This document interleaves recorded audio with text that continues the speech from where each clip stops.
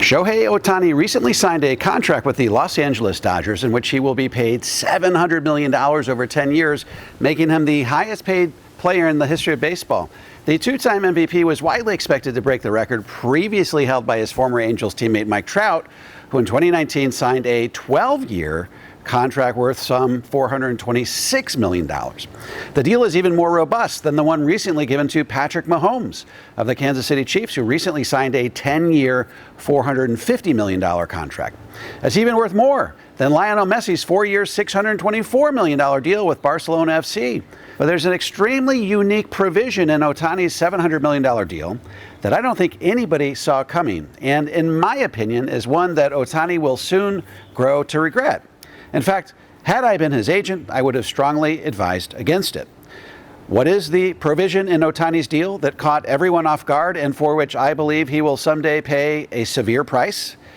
Ohtani's contract calls for $2 million in annual salary for the next 10 years and $680 million in deferred salary that will pay out in $68 million annual installments between 2034 and 2043.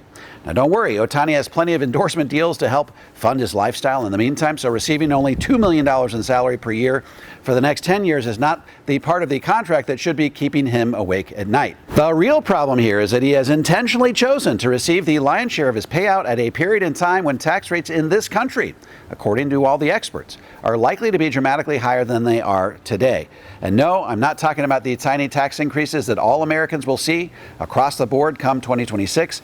I'm talking about a much larger tax increase that experts are predicting will happen in 2030 and beyond due to our nation's massively unfunded entitlement obligations. According to Dr. Larry Kotlikoff out of Boston University, our nation's fiscal gap, the difference between what we've promised for Social Security, Medicare, and Medicaid, interest on the national debt, and the general cost of running the federal government, and what we can actually afford to deliver under today's tax rates, is about $239 trillion. In other words, we'd have to have $239 trillion sitting in a bank account today earning treasury rates to be able to deliver on everything that our country is legally on the hook for but can't afford to pay. So the question is, where will the federal government get the money to bridge this massive fiscal shortfall?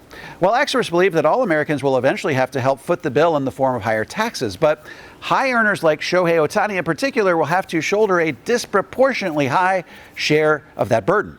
Take a listen to what former Comptroller General of the federal government, David Walker, had to say about the timing of future tax increases. Quote, right now, on average, Americans pay about 21% of their income in federal taxes and another 10% to state and local governments. By 2030, that amount could be at least 45%, higher even than the average 42% that most Europeans pay. By 2040, it would be at least 53% and climbing, close quote. In other words, David Walker is talking about a doubling of tax rates for Americans across the board starting in 2030. So if Ohtani is already in the 37% tax bracket today, and the 39.6% tax bracket starting in 2026, what is his tax bracket likely to be in 2034 and beyond? Let's take a look at what the Congressional Budget Office had to say about the future of tax rates. Quote, if Social Security, Medicare, and Medicaid go unchanged, the rate for the lowest bracket would increase from 10% to 25%. The tax rate on incomes in the current 25% tax bracket would have to be increased to 63%, and the tax rate of the highest bracket would have to be raised from 35% to 88%, close quote. In other words, if the federal government continues to kick the can down the road on putting permanent fixes in place for our nation's entitlement programs, Ohtani's federal tax bracket could potentially double by the time he starts receiving that $680 million of deferred income. Had he chosen to realize that income under today's tax rates, he could have walked away with about half of that income when you include California state taxes. By deferring all that income to a point in time when federal tax rates are projected to be dramatically higher, however, he could end up losing as much as 80 to 90% of that money. Now, many are speculating that he deferred all of this money in an attempt to avoid California's 14.4% state tax that top income earners in the Golden State are required to pay.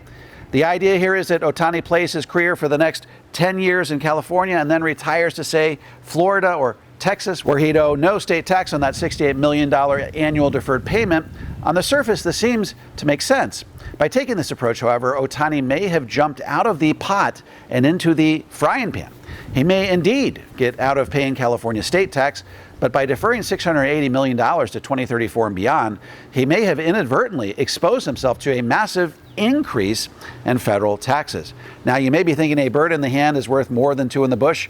Nobody knows the future of federal tax rates, but California's state tax is a known quantity. And by structuring his contract this way, Ohtani is for sure saving 14.4% per year. Now, I understand this thinking, but I don't share it. Consider that the national debt by 2033 will be $53 trillion, and with interest rates projected to rise gradually over that time frame, the cost of servicing all that debt will shoot through the roof. So between the stratospheric costs of our nation's entitlement programs and the ever-increasing cost of servicing our nation's burgeoning debt load, tax rates, particularly on high-income earners like Shohei Ohtani, have nowhere to go but up. So how does the reality of future higher tax rates affect you? Well, if you're contributing to IRAs and 401ks, you've essentially adopted the same approach as Shohei Ohtani. You've postponed the receipt of that income to a period in your life when tax rates are likely to be dramatically higher than they are today. You're getting a tax deduction at historically low tax rates only to delay the receipt of that income to 2030 or beyond when tax rates are projected to be twice as high as they are today. So what can you do? Take advantage of tax-free alternatives like Roth IRAs, Roth 401ks, and Roth conversions. Pay the tax today so that you can shield your retirement income from the impact of higher taxes down the road.